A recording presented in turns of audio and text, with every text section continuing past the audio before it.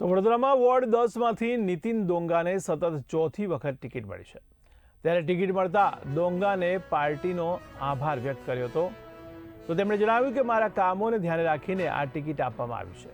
ત્યારે આ વિસ્તારમાં નવા પ્રોજેક્ટ અને વિકાસ કાર્યો કરવાની પણ તેમણે ખાતરી આપી છે। ત્યારે લોબિંગની ચર્ચાઓને તેમણે સંપૂર્ણ રીતે ખોટી ગણાવી છે।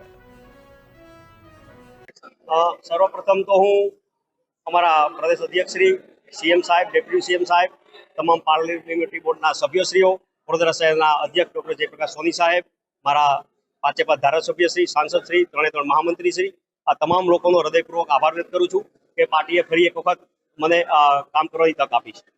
घणा लोकोए लॉबिंग पण कर्युं हतुं, जे लोकोने टिकિટ નથી મળી અને જે લોકોએ મેળવી છે તેમને પણ લોબિંગના આધારે ટિકિટ મેળવી છે, તો આપને શું લાગે છે? એ તો હું કઈ રીતે કહી શકીશ કોણે શું કર્યું છે।